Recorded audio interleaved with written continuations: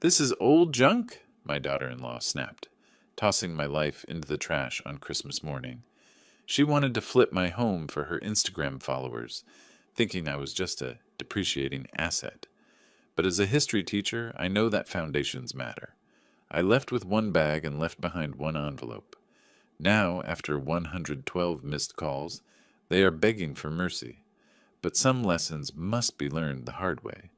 Before continuing, subscribe to our new channel, where we tell stories about men who take revenge on their insolent children, sons-in-law, and daughters-in-law. My name is Edward Foster. I'm 68 years old, and I've lived in Nashville, Tennessee, for most of my adult life. Bellevue, specifically, the quiet western side of the city, where the neighbors still wave from their driveways and the trees are old enough to have opinions. I spent 35 years teaching history at a Davidson County public school, which means I spent 35 years watching people ignore lessons that could have saved them a great deal of trouble. I retired with a pension of $2,340 a month, a house on Ridgecrest Drive that I've owned since 1989, and a belief that a man's home is, at minimum, his home. I was a patient teacher. I kept detailed records. I remembered everything my students ever tried to get away with. Those habits, it turned out, would come in handy far later than I expected. I should talk about Christopher. He's my son, 38 years old, works as a mid-level logistics manager, earns $74,000 a year, and plays golf on weekends with colleagues he calls friends, and probably doesn't like. He's not a bad man, Christopher. That's the part that makes it complicated. He's just a man who slowly, quietly chose comfort over character, the way a house settles over decades, so gradually you don't notice the cracks, until one day the foundation shifts and suddenly nothing is level anymore. He didn't used to be like this. I want to be clear about that, because it matters to understand what was lost. When Christopher was 11, he used to follow me into the garage and watch me work. I carve wood, furniture, decorative pieces, anything with grain and weight and patience required. I also collect antique maps of the United States, framed along the walls of my study.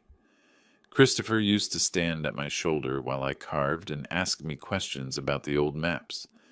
Why did states look different? What was here before the highways? Who decided where the borders went? He was curious in a way that made me proud, a boy who wanted to understand how things were built. He married Nicole 4 years ago.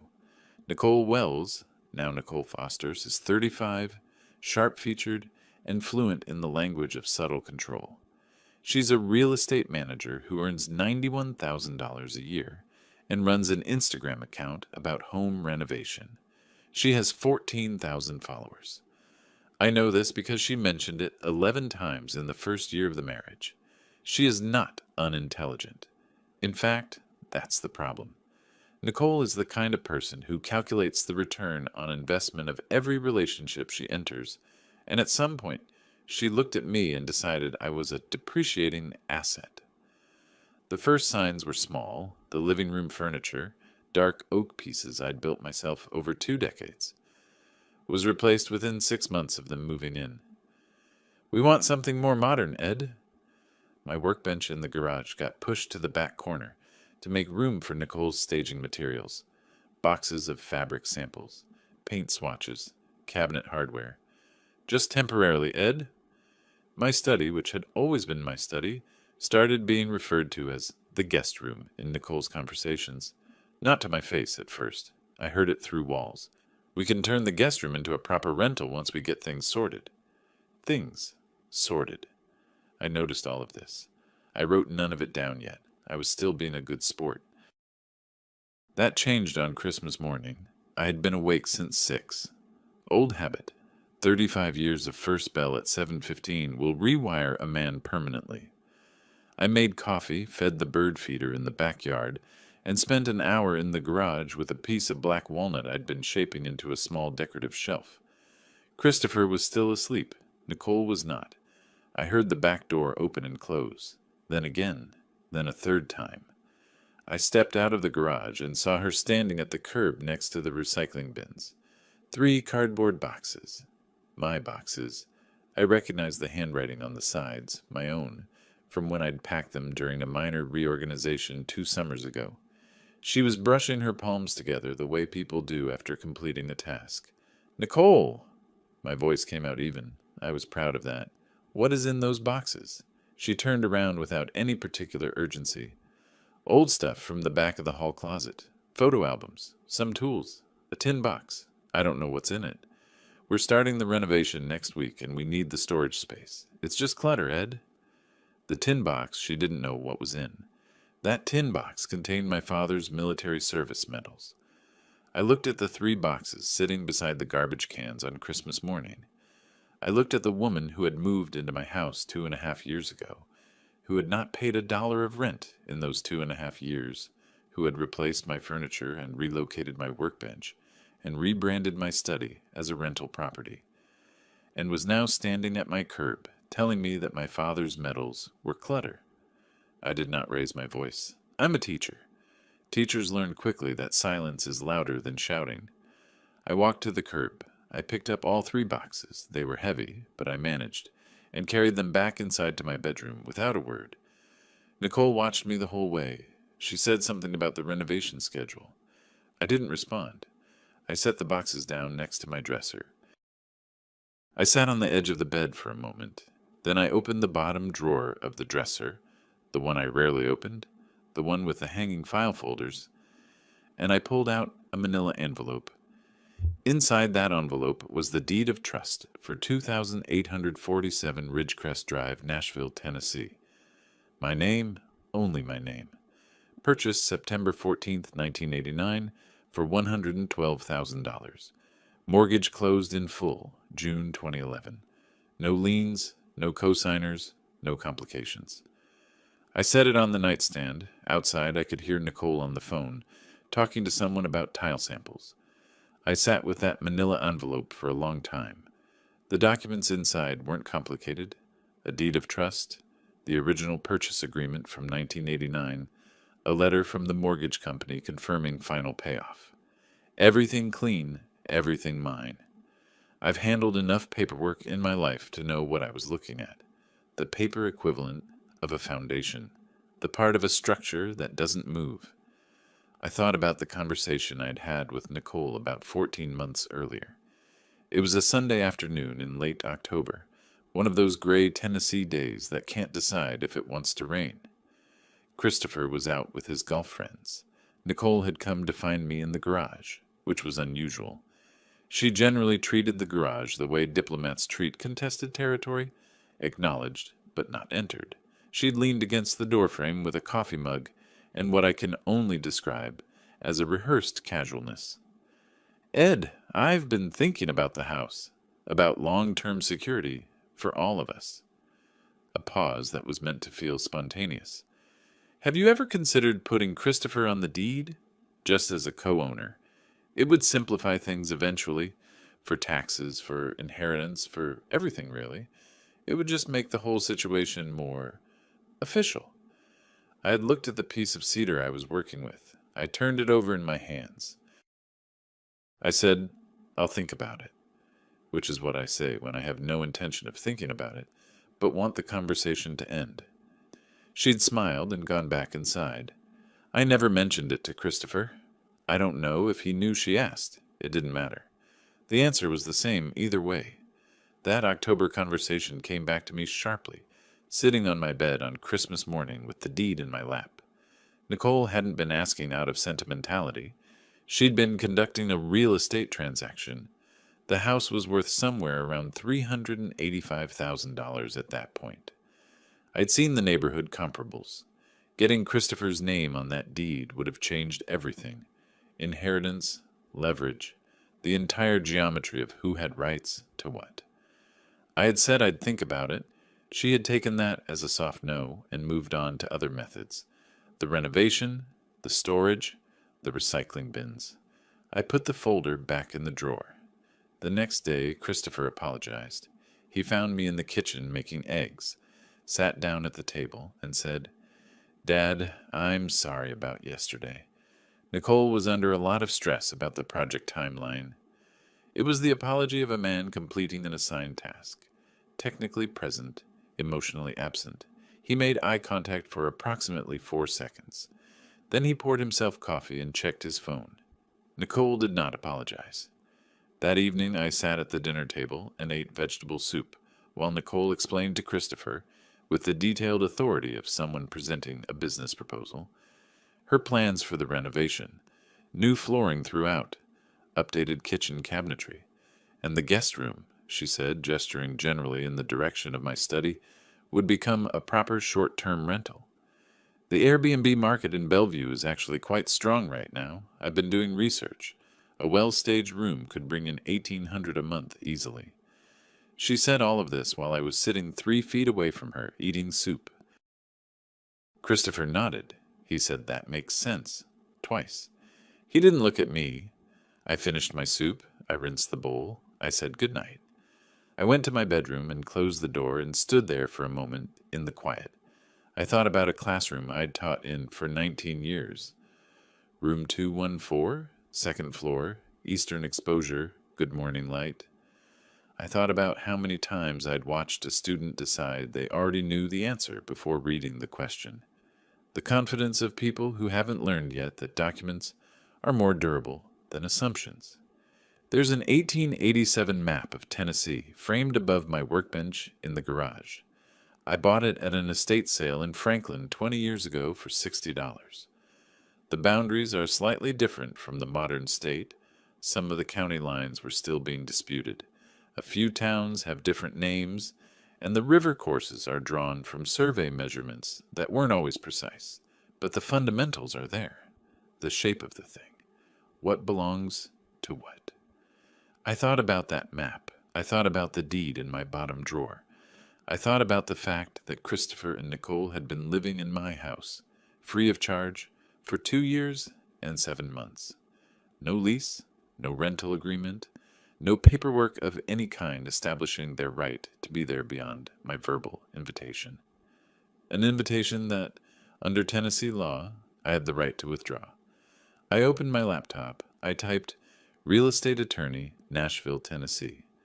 The first few results were the usual large firm advertisements. But on the second page, or maybe it was a sidebar, I don't remember exactly, I found a listing on a legal rating site called Avo. Dennis Cole, attorney, real estate and trust law, office at 315 Dedrick Street, Suite 72. Oh, Nashville. Rated 9.4 out of 10. 17 client reviews. The most recent one said simply, "He knew exactly what needed to be done, and he did it cleanly." I read that twice. I wrote down the address on a notepad I keep next to the laptop. Old teacher habit. If it matters, write it down. I closed the computer and turned off the lamp. In the garage, my workbench sat pushed into the back corner, where Nicole's staging boxes had relocated it 3 months ago. The black walnut piece I'd been shaping that morning was still on the bench, half finished. I'd get back to it. But first, I had some paperwork to put in order. The elevator in the building at 3:15. Dedrick Street was slow and smelled faintly of old carpet. I stood in it with my manila envelope tucked under one arm and watched the numbers climb to 7. A week and a half had passed since Christmas morning. I'd called the number from Avo 3 days after finding it, made an appointment, and spent the intervening days doing what I'd spent 35 years training students to do. I gathered my primary sources: the deed, the mortgage payoff letter, the original purchase agreement from 1989, bank statements covering the previous 30 months, specifically the complete absence of any payment from Christopher or Nicole toward household expenses, utilities, or anything resembling rent. I also printed the relevant section of Tennessee landlord-tenant law, which I'd found on the state legislature's website. I like to arrive prepared. It's a habit that irritates people who are hoping you wouldn't be. Suite 720 was a clean, moderate office. Not flashy, not threadbare. A small waiting area with 3 chairs and a window overlooking the Cumberland River. The receptionist was efficient and indifferent in equal measure. I waited 11 minutes, which I spent rereading my notes. Dennis Cole was 54, with close-cropped gray hair and the measured calm of someone who has spent decades listening to people describe problems they should have addressed years earlier. He shook my hand, gestured to the chair across from his desk, and said, "Tell me the situation." I told him. I kept it factual in the order it happened. The house, the marriage, the 2.5 years, the lack of any written agreement, the renovation plans, the boxes at the curb on Christmas morning. I did not editorialize. I simply described events and let them carry their own weight. Cole listened without interrupting. He made 2 brief notes on a yellow legal pad. When I finished, he set his pen down and said, "Mr. Foster, under Tennessee Code, annotated Section 66-28-512, occupants without a written lease are classified as tenants at will. That means they can be asked to vacate with 30 days written notice. No court filing required at that stage. The notice itself is sufficient to initiate the process. If they refuse to leave after 30 days, then you file an unlawful detainer action. But in most cases, with a properly served notice, it doesn't get that far." I said, "And if they claim there was a verbal agreement for permanent residency?" He allowed a slight pause that was probably meant to convey professional patience. "Verbal agreements regarding real property are largely unenforceable in Tennessee without written documentation. They can claim it. It wouldn't get them far." I nodded.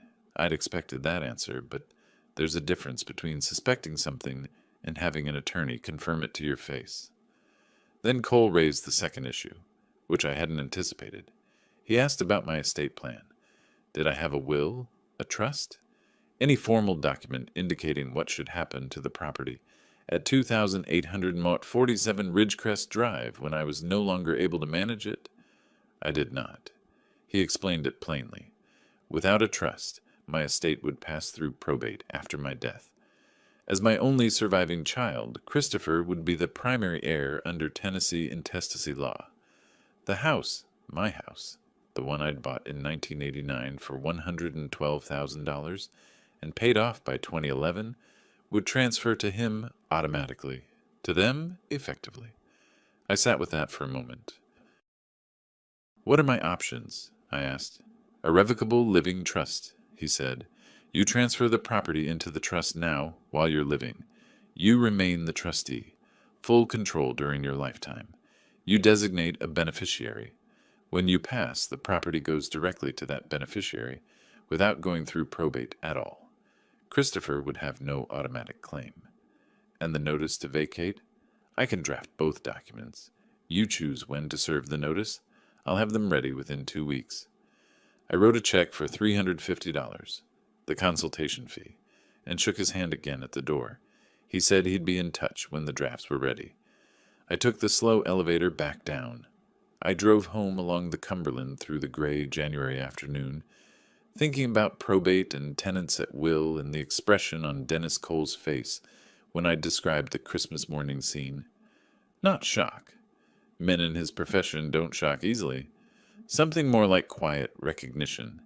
The look of someone who has heard this particular category of story before and knows exactly how it ends. I turned on to Ridgecrest Drive. My workbench was on the driveway, not pushed to the edge of the garage, not moved to the sidewall. On the driveway in the January cold, with a light drizzle falling on the wood surface.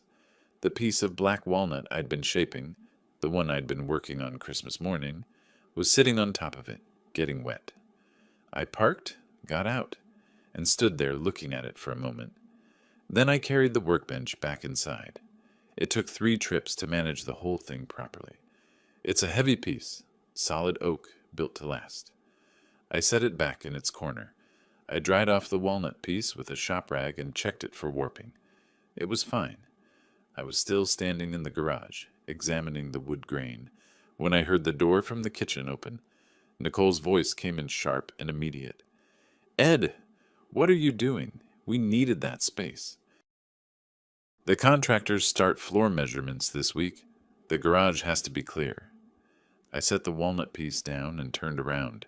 She was standing in the doorway, arms crossed, wearing the expression she used when she wanted to look reasonable while issuing a directive. Christopher was behind her in the kitchen holding the coffee mug. He did not say anything. I looked at Nicole for a moment. Then I said, "This is my garage. I'll say this one time." She opened her mouth. I said, "Once." She closed it. 4 seconds of silence, longer than it sounds. Then she turned and walked back into the kitchen. Christopher followed without making eye contact. I turned back to my workbench. Here is what I understood, standing there. The confrontation hadn't resolved anything. It had only marked a boundary. Nicole had noted where the line was, and she would now work around it rather than through it. She doesn't retreat. She recalculates. I'd been watching her recalculate for 4 years. I just hadn't been keeping written records until now. The thing about teaching history is that it trains you to look backward, to understand forward. Every event has a precedent. Every pattern has a starting point. I spent the days after Christmas constructing a clear timeline, not in my head where feelings distort sequence, but on paper where facts sit still. The first call I made was to a property appraiser. Robert Payne, certified appraiser for Davidson County, member of the same Bellevue Homeowners Association I'd attended twice, before concluding the meetings weren't worth my evenings. We weren't friends. We'd exchanged maybe 40 words in 4 years. But he was professional, local, and available, and I needed a current documented valuation of the property. He walked the house for 40 minutes with a clipboard and a measuring tape. The formal appraisal report arrived 6 days later, $391,500, higher than I'd estimated. The Bellevue neighborhood had appreciated steadily. I filed the report with the deed. The second call was back to Dennis Cole. The drafts were ready. I returned to Suite 720 and reviewed both documents carefully. The notice to vacate was straightforward. A formal written notice to Christopher and Nicole Foster requiring them to vacate the premises within 30 days of service. Proper Tennessee statute language. Notarization ready. The living trust required more thought. I would transfer the property into the Edward J. Foster Revocable Living Trust, myself as trustee and sole beneficiary during my lifetime. Upon my death, the property would go to a named external beneficiary. I had been thinking about this. I chose the Tennessee State Library and Archives Foundation, a nonprofit dedicated to preserving historical records and maps from across the state. I had spent a career teaching people to value primary sources. The 1887 map of Tennessee above my workbench was, in its own way, exactly that. Let the house serve that purpose. Cole witnessed the signature. A notary from the office down the hall stamped the document. I wrote a check for $875. The notice to vacate. I took home in a sealed envelope, unsigned, to be served when I chose. I said nothing to Christopher or Nicole.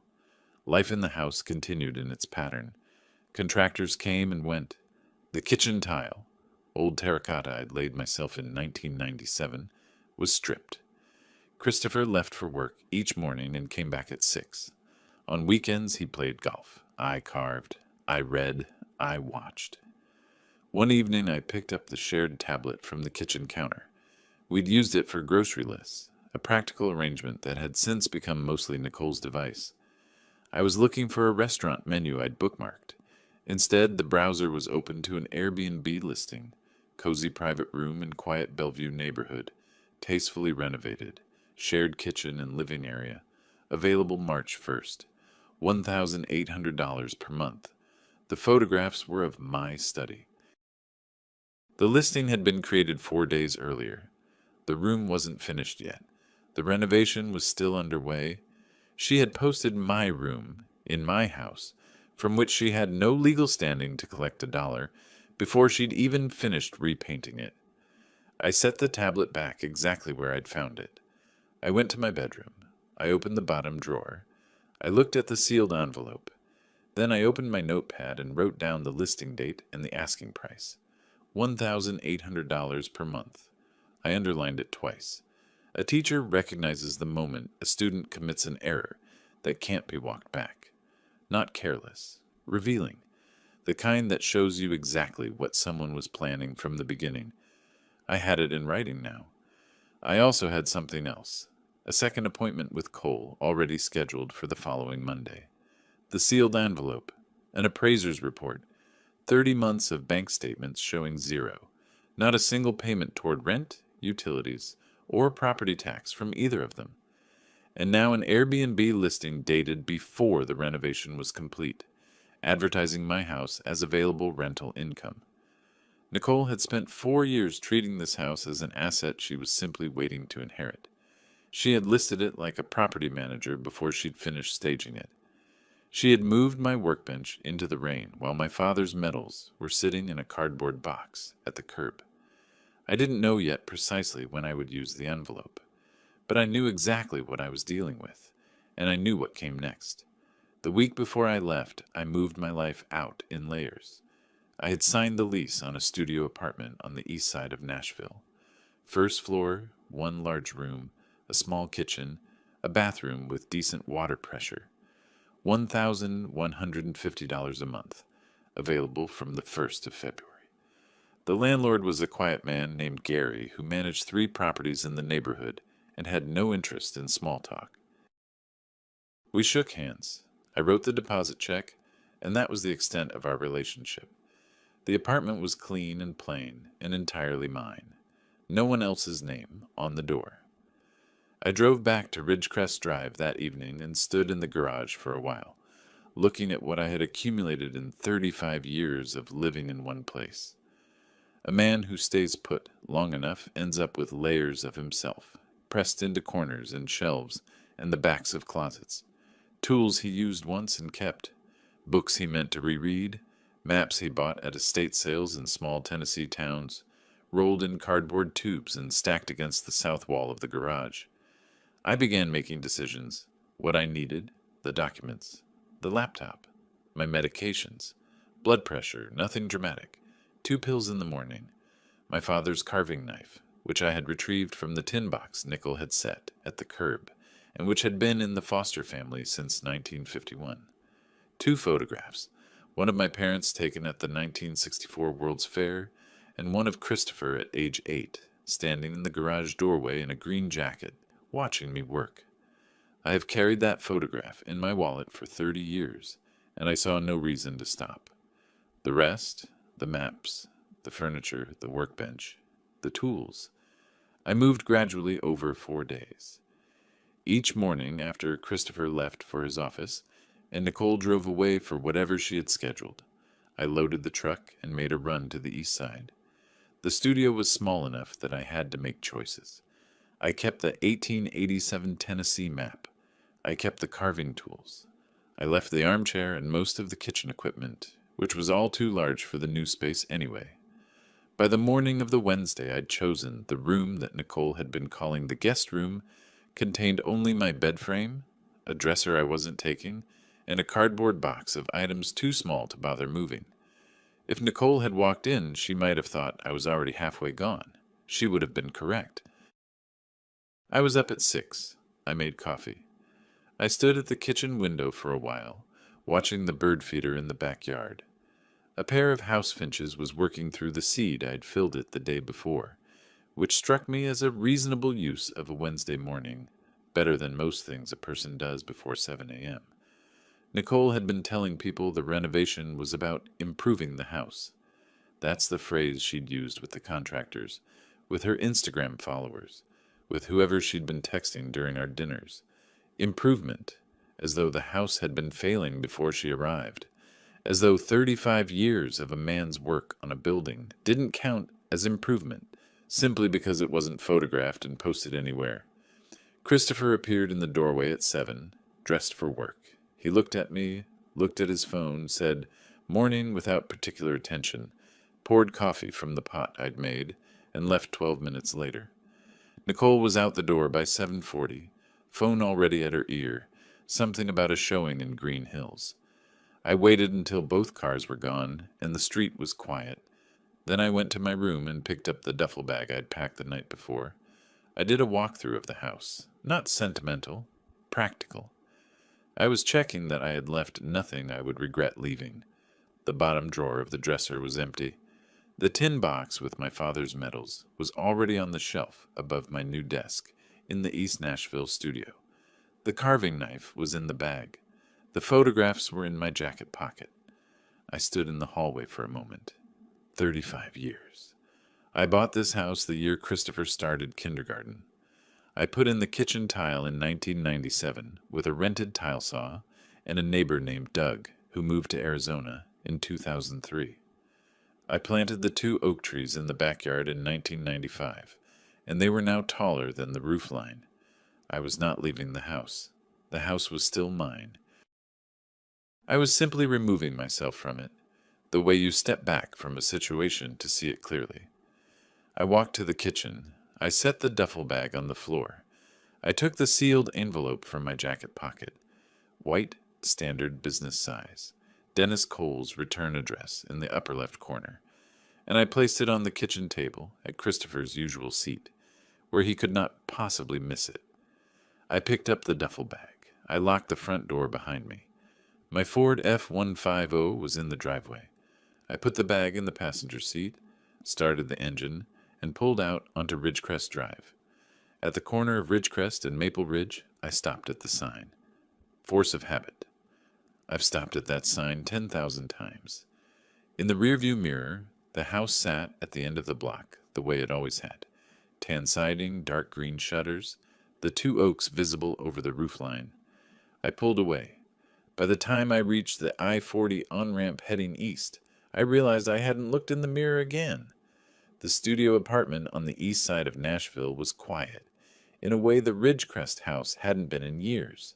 No contractors, no renovation discussions, no footsteps on hardwood at 11 at night, while Nicole reviewed Airbnb pricing on her phone.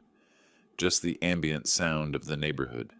Cars on the street below, someone's dog, the refrigerator's low hum.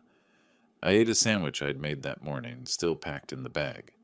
I turned on the television, found a documentary about the construction of the Transcontinental Railroad, and watched it while the afternoon light shifted across the wall. At 6:47 in the evening, my phone rang. Christopher.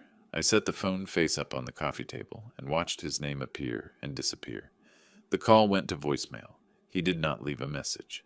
30 seconds later, it rang again. I looked at the screen. Christopher again. I set it back down.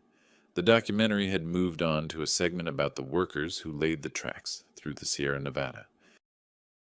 It was interesting enough to hold my attention. The phone rang 4 more times in the next 11 minutes, all from Christopher's number. Then it stopped for a while. At 7:22, a different number. I didn't recognize it. Then again. Then a third time from the same number. I looked it up. It matched a number Nicole had used once to call about a plumbing issue when her regular phone was charging. She had found the envelope. The text started around 7:30. I read them in order because I believe in primary sources. Christopher, first message. What is this? Call me back. Christopher, second message, 3 minutes later. Dad, seriously, call me. Then a gap of about 8 minutes. Probably the 2 of them reading the notice to vacate together, working through the language. It's a clear document, but people tend to read things twice when the news is bad. Nicole's first text came in at 7:41. It was 4 lines.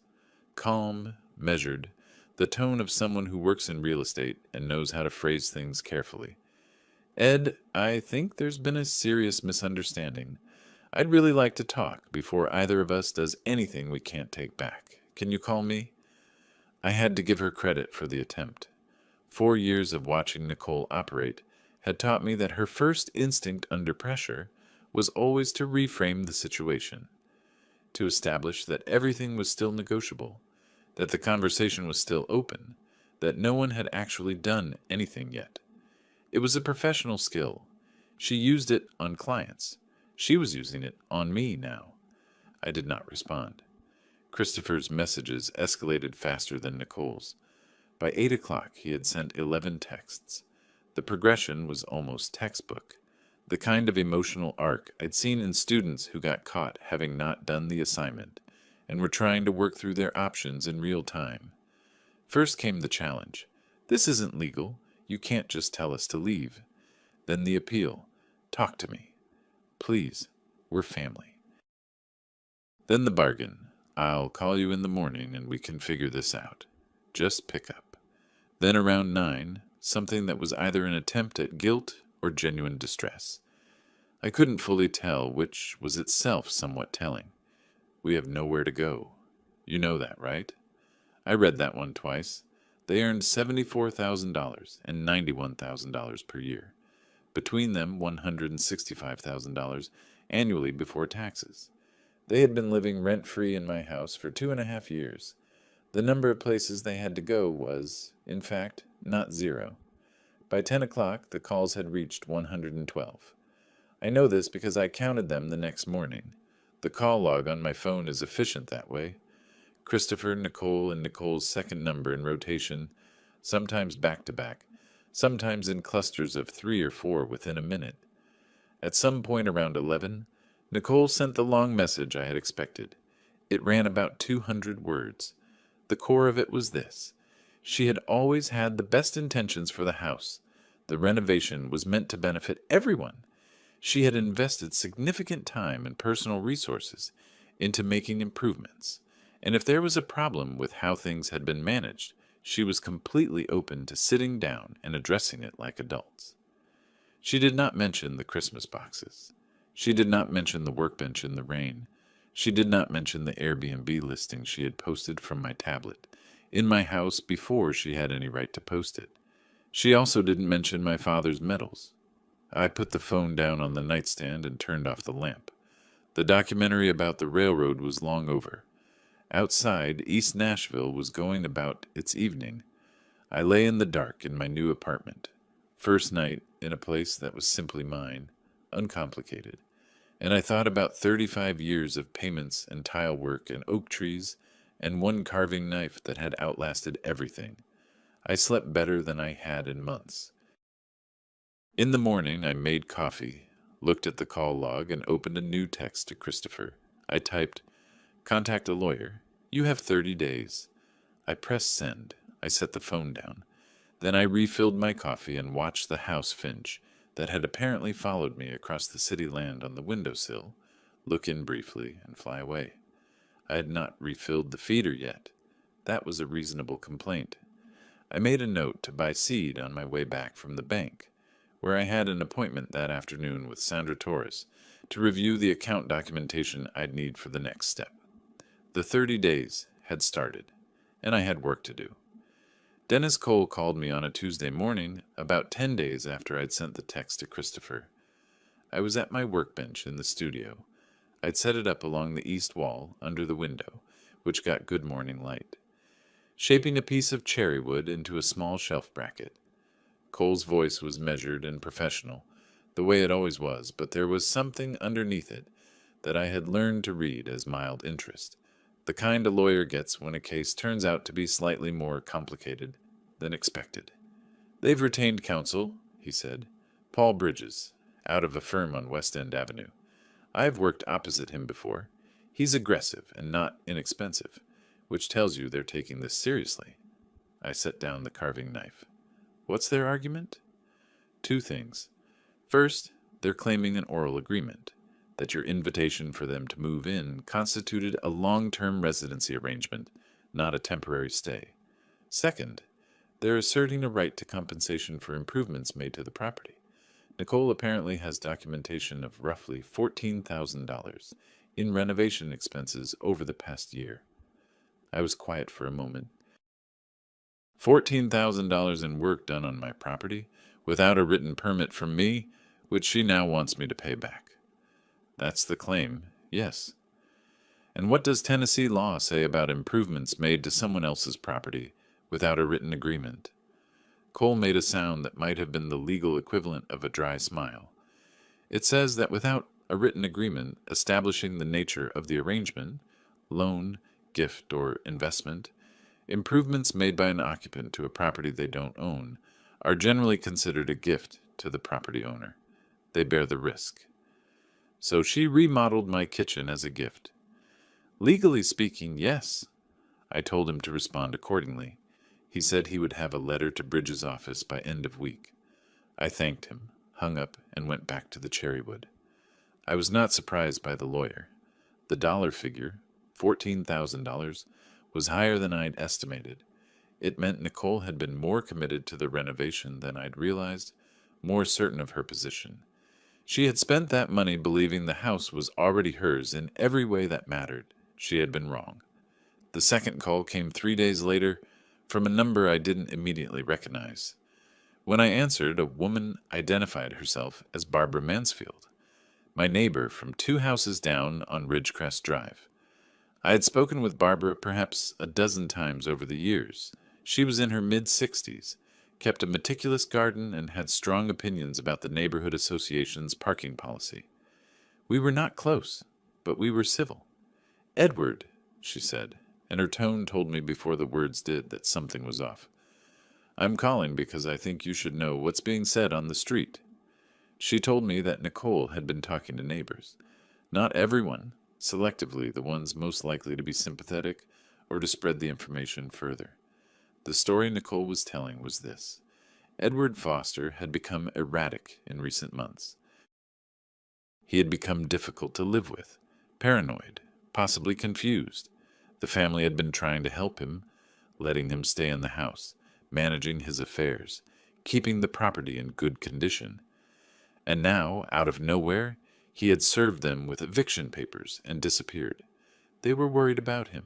They didn't know what had gotten into him. She used the phrase, "not himself," Barbara said, more than once. I thanked her and asked if she would be willing to repeat this conversation if it ever became relevant. She said she would. I wrote down the date, the time, the substance of what she'd told me, and set it in the folder with the rest of the documentation. This was, I recognized, a reasonably well-designed move. If a judge or anyone else were to look at the situation and find a narrative of a confused older man acting erratically, it would complicate the picture. It wouldn't change the legal facts. The deed was the deed, but it could affect perception. Nicole was working every angle she had. I had expected her to work angles. I had not been idle while she did. A week after Cole's call about Bridges, Cole called again.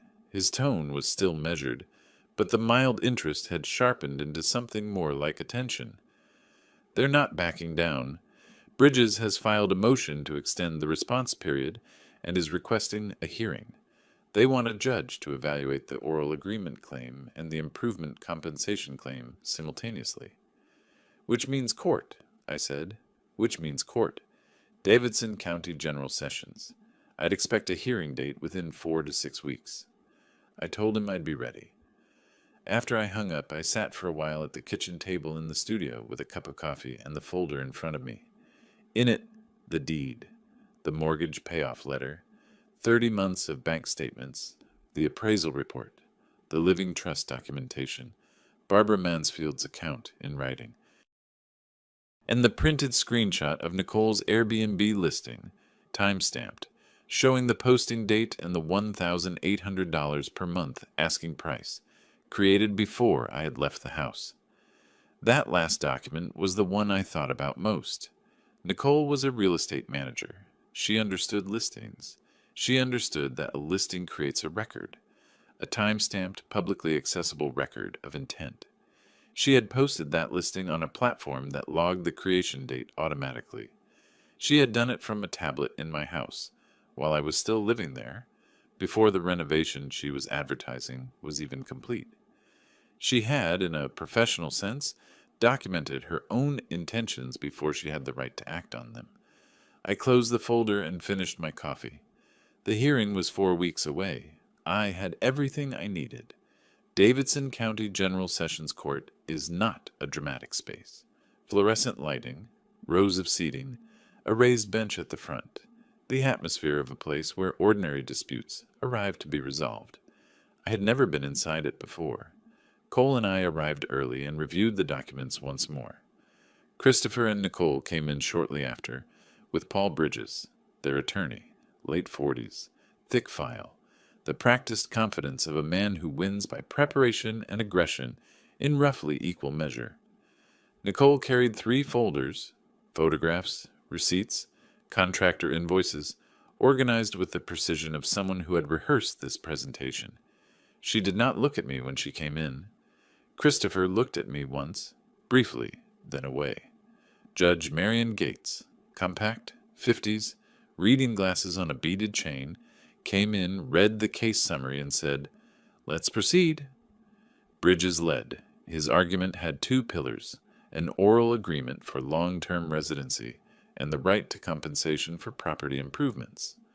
$14,000 documented through bank records and contractor invoices. He argued that Nicole had spent this money in reasonable reliance on an implicit understanding that the Fosters had a stable right to remain at the property. Nicole supported him as a witness, presenting calmly and fluently.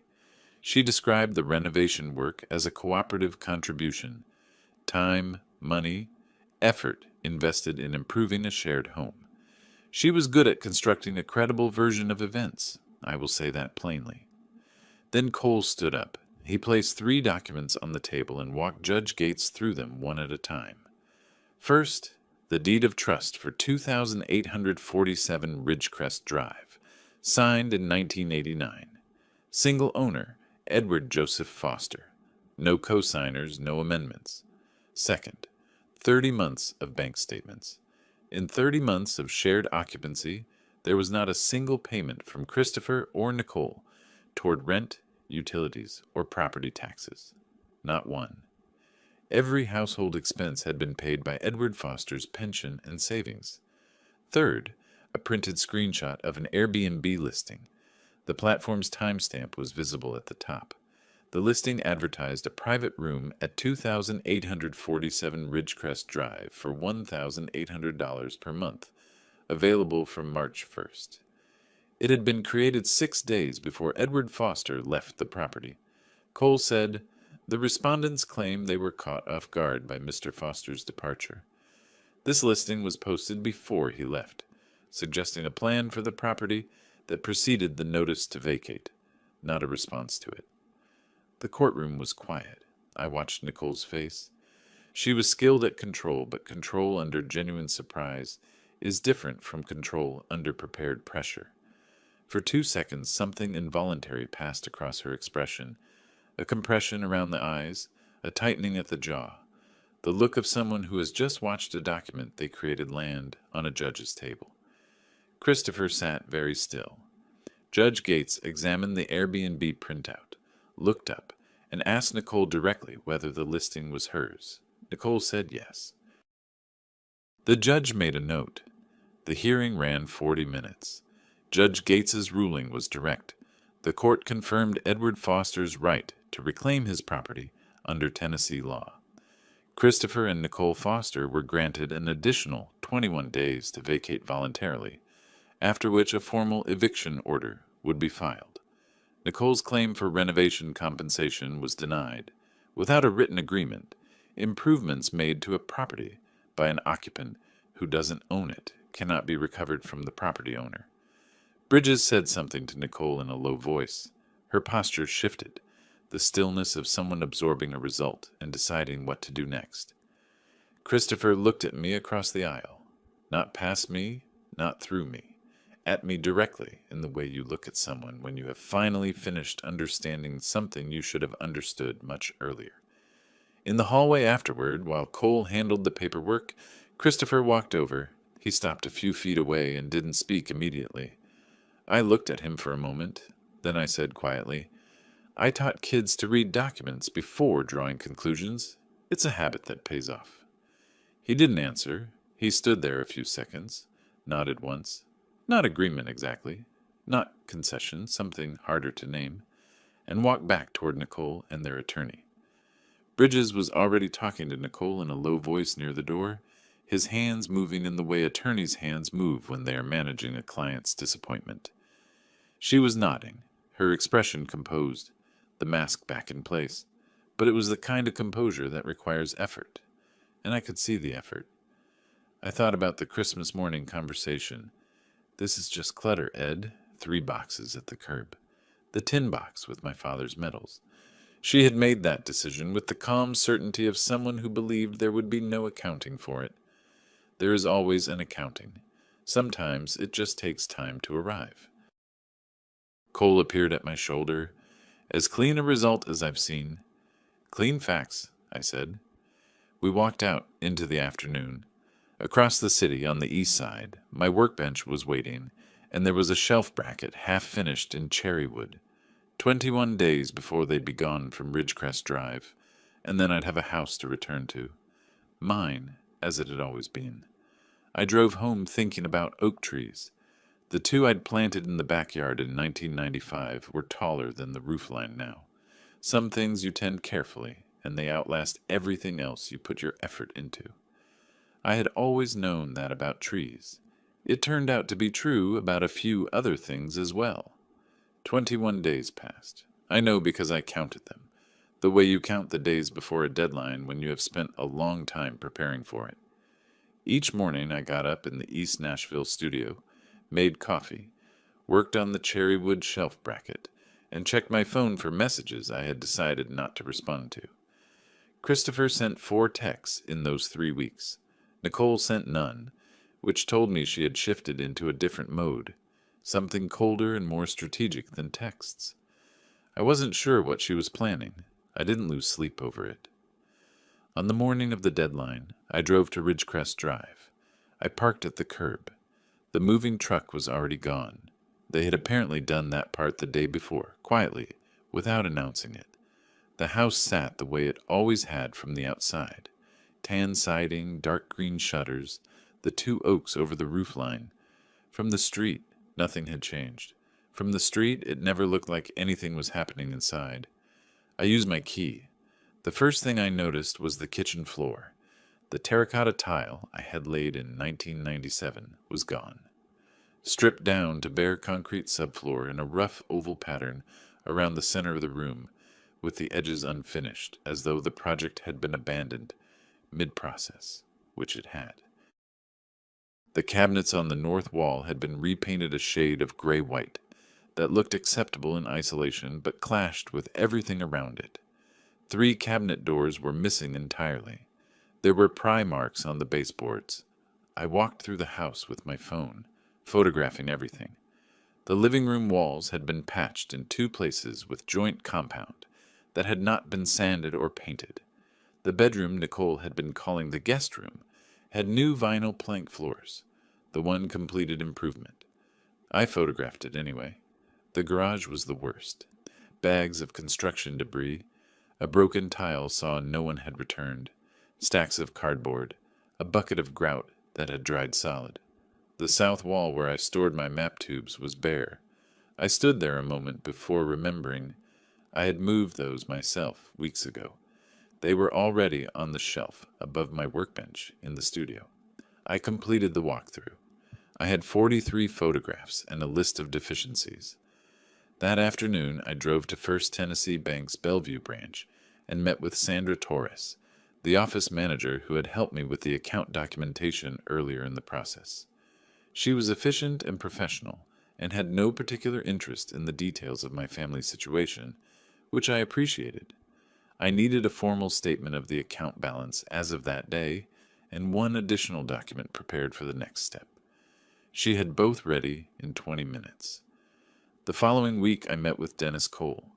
We went through the photographs and a contractor's written estimate, $8,700 to restore the kitchen floor, complete the wall repairs, repaint, and clear the garage.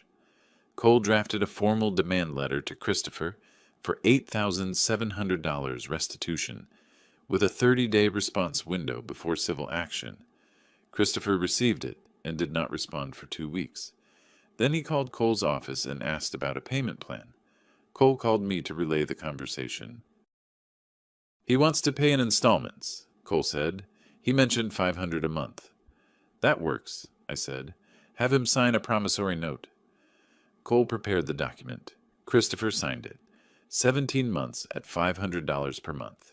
$8,500 total, with the remaining $200 forgiven at completion in exchange for a signed release of any further claims. A clean instrument. the kind of thing that doesn't require trust to function because it's legally binding regardless. Meanwhile, I cleaned the garage, disposed of the construction debris, and spent 3 evenings restoring the room to something I could work in. I set the workbench back in its corner. I reattached the mounting brackets on the south wall and rehung the map tubes. The 1887 Tennessee map went back in its frame above the workbench. Then I turned my attention to the room Nicole had renovated. The vinyl plank floor was fine. The room was clean. It had a closet, a window facing east, and a reasonable amount of natural light in the morning. I spent 2 days furnishing it simply. A bed frame I'd had in storage, a small dresser, a lamp. I took photographs. I listed it on VRBO at $95 per night, describing it accurately. A quiet, private room in a Bellevue home, shared kitchen, no pets, minimum 2-night stay. The first booking came in 4 days later. A couple passing through Nashville for a long weekend, visiting family in the area. They left a 5-star review. Clean, quiet, comfortable. Host was pleasant and unobtrusive. Would stay again. I was not unaware of the irony. Nicole had listed this room for $1,800 a month before she had any right to list it. I was now renting it legitimately in my own house, generating income that was mine by every legal and moral measure available. Over the following 2 months, the room was occupied roughly half the nights. The net income, after the VRBO service fee, came to $4,180. I put it in a separate account. Then Nicole found out. The message arrived on a Tuesday evening. I was in the garage working. I saw it when I came inside. Ed, I just heard you're renting out the room to strangers. After everything, how could you do that? I read it once. I typed back 4 words. It's my room, Nicole.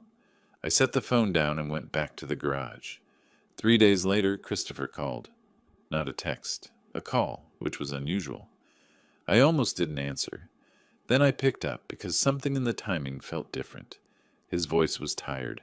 Not the performative tiredness of someone making a point. Genuinely worn down, the way a person sounds when they have been carrying something heavy for a long time and have started to feel the weight of it. He said, "Dad, can we meet?" We met at a diner on Charlotte Pike, about a mile from the Ridgecrest house. A corner booth, morning light through the windows. The kind of place that has been in the same location since the 1980s and sees no reason to change. Christopher was already there when I arrived. He had a coffee he wasn't drinking. He looked the way a man looks when he has rehearsed what he wants to say, and then, at the last moment, decided the rehearsed version wasn't right. I sat down. I ordered coffee. I waited. He said, "I need to say something, without Nicole here, without anyone else. Just me saying it." I nodded. "I let things go too far," he said. "Not just the eviction, all of it. The last 4 years.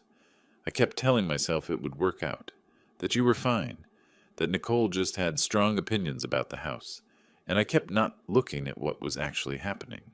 He stopped. "I knew she moved your stuff to the curb on Christmas. I was asleep, but I heard her come back in. I didn't get up." He was quiet after that. I looked at my coffee for a moment. This was the part I had thought about. Not the documents, not the court date, not the VRBO listing. This part. What to do when the person you were angry at stopped being a problem to manage and became your son again, sitting in a diner booth looking like someone who had finally stopped lying to himself. I said, "You were there when it started. You could have stopped it earlier." "I know. The medals were in that box." He closed his eyes briefly. "I know, Dad." I let that sit.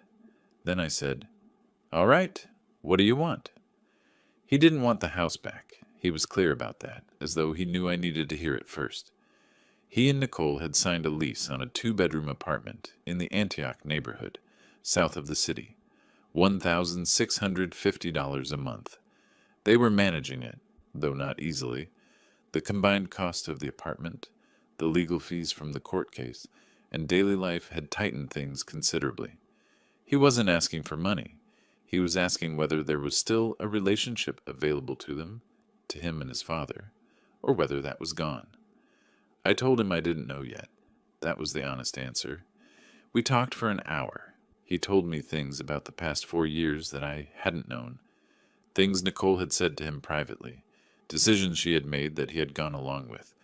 Because disagreeing with her required effort he hadn't been willing to spend. He wasn't asking me to blame her for everything. He was trying to be accurate. I respected the attempt. Before we left, I put a document on the table. He looked at it. It was the promissory note, the one he had already signed, committing to $500 per month for 17 months. I had added a handwritten note at the bottom, initialed by me. Upon completion of repayment and continued good faith, the undersigned will be named as a conditional beneficiary in the Edward J. Foster Living Trust. He read it twice. His face did something complicated. Not quite relief, not quite gratitude. Something closer to the expression of a man who has been given a chance he isn't sure he deserves. Conditional, I said. I understand, he said. We shook hands across the table. Not warmly, not yet, but firmly, the way two people do when they have agreed on terms and both intend to keep them. I drove back to Ridgecrest Drive. The house was quiet. The kitchen subfloor was still bare concrete. I was waiting on a tile quote, but the garage was clean and the workbench was in its corner, and the morning light was coming through the east-facing window the way it had for 35 years. I put the kettle on. On the wall above the workbench, in the dark oak frame I'd built myself in 2003, was the 1887 map of Tennessee. I had pulled it from one of the cardboard tubes when I first moved back, unrolled it on the workbench, checked it for moisture damage, found none. I had cleaned the glass on the frame and rehung it that same afternoon. The map showed the state as it was surveyed in that year. County lines slightly different from today. A few town names that no longer exist. River courses drawn from measurements that weren't always precise. But the shape of the thing was right. The fundamentals were there. Tennessee was Tennessee. Bounded, defined, belonging to itself. Nicole had called it clutter. She had put it in a cardboard box and set it at the curb on a Christmas morning, next to my father's medals and my carving tools, with the calm certainty of someone who had already decided what had value and what didn't. She had been wrong about most things, but she had been wrong about that one with a particular completeness. I had known, standing on the garage threshold that morning, watching her walk back inside, that I would go back for the boxes. I hadn't said anything. There was nothing to say. I had simply waited, which is what you do when you know what you have, and you know what you're going to do about it. The kettle finished. I poured the coffee. I sat at the workbench with the cherrywood shelf bracket, finally finished after 4 months of interrupted work, and turned it over in my hands. Outside, the 2 oak trees in the backyard were moving in a light summer wind, planted in 1995, taller than the roofline now. Some things you build carefully, and they outlast everything that tried to displace them. 112 calls. I didn't answer a single one. Sometimes the loudest answer is silence, and 1 envelope on a kitchen table. If you like this story, subscribe to our new channel and listen to a few stories there. You can find the link to it in the collaboration or description of this video, or in the comments. Subscribe so you don't lose us, because this channel may soon cease to exist. 아니라 여기 심포시장은 그 뼈 있는 닭강정이에요.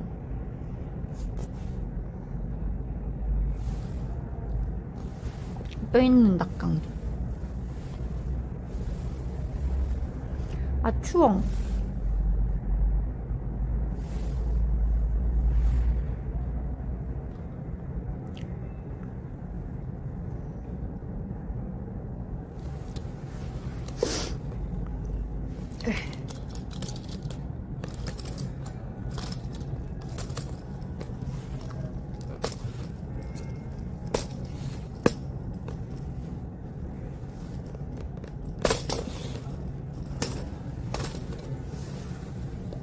여기 앉아있으니까 옛날에 부천에 앉아있던 때 생각나. 부천에도 이렇게 밖에 앉아가지고 막 앉아있어. 이렇게 소통하고 그랬는데. 지나가는 사람들 만나고. 혼자 누구 들어가신다. 초밥집에.